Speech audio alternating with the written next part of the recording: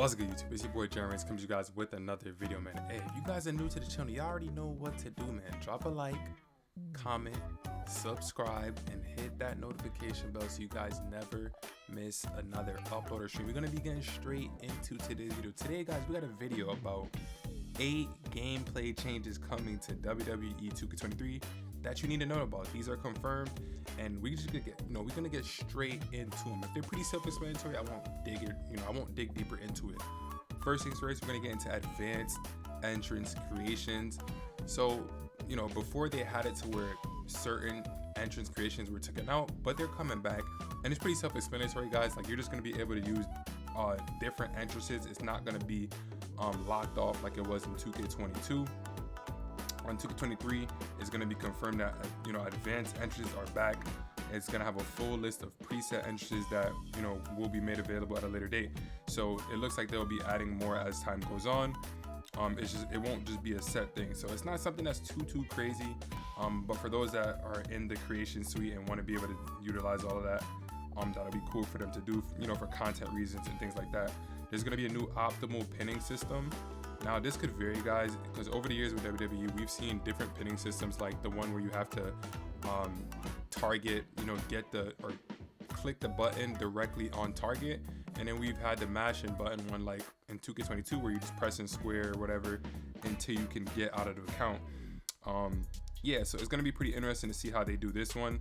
But it says that the pinning system remains your rider's enemy in WWE 2K series.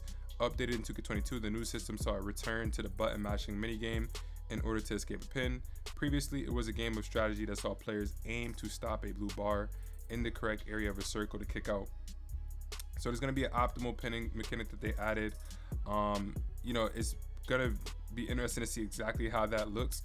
I think the best thing they could allow us to do is just allow people to use different pinning, systems that they want to kick out of. Maybe offline, because I guess once you get online, it's a competitive setting, so you do have to keep it the same for everybody. So that's when the pinning system could stay the same. But as long as they're trying to innovate with the game or just trying to adjust the pinning system, it's cool. Just don't mess with the gameplay too much. Universe mode runs on MyRise's system, so I won't dive too much into that. Universe mode is not something that that I necessarily play, but if I could say one thing about it, it just says that the mode essentially lets you control your own WWE, allowing you to book weekly programming, premium live events. So maybe they're making universe more diverse, or trying to have it in a system kind of like how MyRise is. You guys know that MyRise has a great storyline. So maybe instead of just allowing people to just control certain things in universe mode, it'll be it'll have more of that story feel to it, like MyRise has. Next up, it says created superstars can be imported into MyRise. So it's pretty simple, guys. Anytime you make a created superstar, not within MyRise, you can just simply import it to MyRise, and that'll make it good. I'll read the first paragraph of it though.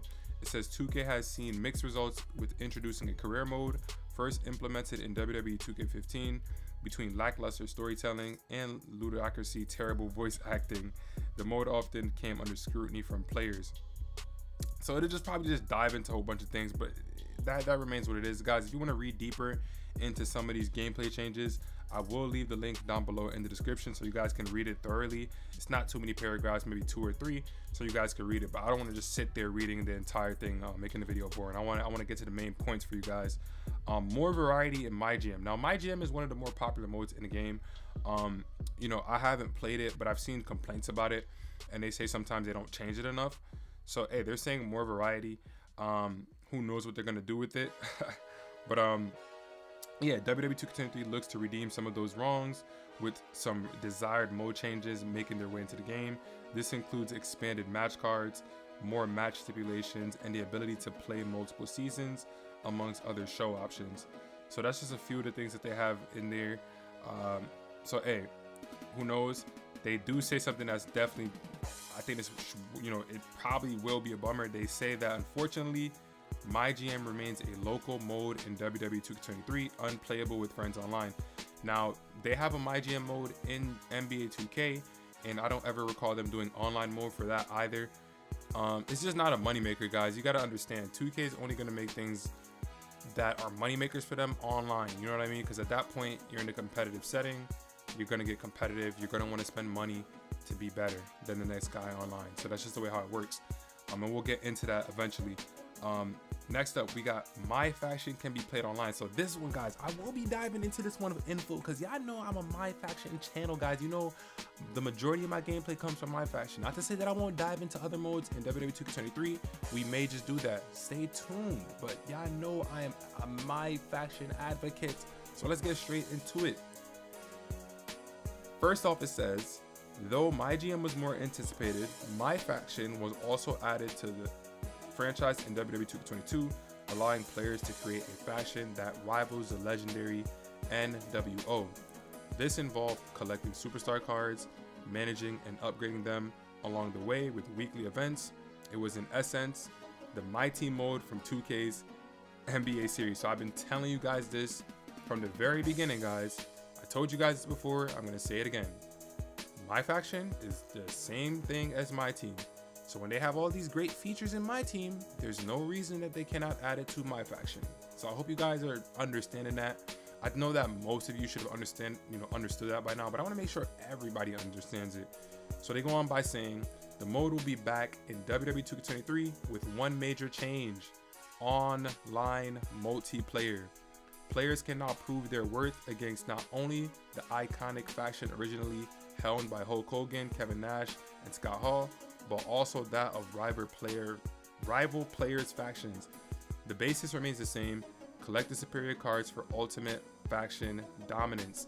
In Wwe 2K22, My Faction allowed the developers to add alternate character models to the game, many of whom were locked exclusively to this mode. Before, some were added as regular playable characters, owing to increased fan demand. Among them were a modern-day version of Shawn Michaels, T-Bar's unmasked Dominic Jelvik persona, and King of the Ring models for both Baron Corbin and Booker T. Expect this to remain in with Wwe 2K23. A handful of high-caliber My Faction cards have already been confirmed for pre-ordering the 3 versions of Wwe 2K23, including Bad Bunny, John Cena, Edge, Bianca Belair, and Paul Heyman cards. So yeah, I'm probably gonna end up ordering the best version, guys. I want to get as much content for you guys as I could possibly get right away, day one. So I think me just getting the deluxe version for 120, I think that'll be the most ideal thing, just so I can be able to actually get you guys all the gameplay on every single last one of those cards. It should be a lot of fun. Next up, we got playing against John Cena in showcase mode. So this is pretty simple, guys. I don't want to go into the full specifics of like what they read in this paragraph, but it's pretty simple, guys. Instead of playing showcase mode as the person that they're advertising it as, like we've known over the years, we've had a John Cena showcase mode in 2K15. We've had D-Generation X. We've had CM Punk. I think those were all from 2K15. They had a Stone Cold. I'm sure they did. I'm not 100% sure, but I remember Seth Rollins being the cover athlete of 2K16. I don't know if they actually did it for him because I stopped playing WWE at 2K15. But yeah, there was a ton of show modes or showcase modes, and you always was utilizing the player that the showcase mode was surrounded by. But for this one, you're actually gonna be you're gonna be going against John Cena. You're gonna be going against John Cena in all of his all the pivotal moments in his career, which is super cool. If they want to make it challenging, they should obviously add an easy mode, medium mode, and a legendary difficulty, allowing people to see what mode they want to play it on. Or if they want to be funny, they could just leave it on legendary and allow people have to beat John Cena at his toughest. Like, make it a challenge, you know what I mean? Like, make it a challenge. We don't want to just go into history and just say, oh, we just beat John Cena again, and we want it to be difficult, you know what I mean? Like, so it should be a lot of fun. And this John Cena he's a GOAT, man. He's a GOAT. I'm not gonna get into that right now, but he's the GOAT. So next up, and last but not least, for the final gameplay change that is confirmed so far, is War Games. Now I'll read a little bit of this because I didn't really watch any War Games in real life. I didn't really know what this match was, even when it was in NXT. I probably seen a little bit of it in NXT, but I never actually sat there and watched it. So this is at number 1, so this should be a little bit interesting. It says, read any interview that has dropped with the Wwe 2K23 developers and you'll instantly understand the hype surrounding War Games inclusion. The match Beyond has been a desired match type for the past few years since its 2017 NXT debut. It was hoped that with the extended break between October 2019's Wwe 2K20 and March 2022's Wwe 2K22, it could be included, but ultimately it was a no-go. So they go on further on. They talk about a whole, like, you know, they talk about a whole bunch of stuff, and we'll finish it at the ending of it where it says there's no word on an option to have William Regal announce the match beforehand either, but will it really be War Games without him? So like I said, guys, I don't know the full extent of the War Games, but I know there's like 2 rings in the cage, or it's like 2 rings in a steel cage. It looks cool. It looks crazy. And it definitely would be a crazy experience. And obviously we all have next gen consoles, so they're more than capable of being able to do this. So yeah, I'll be playing War Games. I hope they have it in my fashion. That would be super lit, and we'll just see how that whole thing plays out. But guys, this was a nice video. I enjoyed it, you know what I'm saying? But I need y'all to do me a favor. Drop a like, comment, subscribe, hit the notification bell, and more than anything else, guys, drop your comments down below. What gameplay change did I say, or not even really a gameplay change, but just confirmed gameplay for 2K23? Which one of them had you most excited? Let me know in the comment section down below, and I'll catch you guys in the next one, man. Peace. Gang, they cannot do it like him.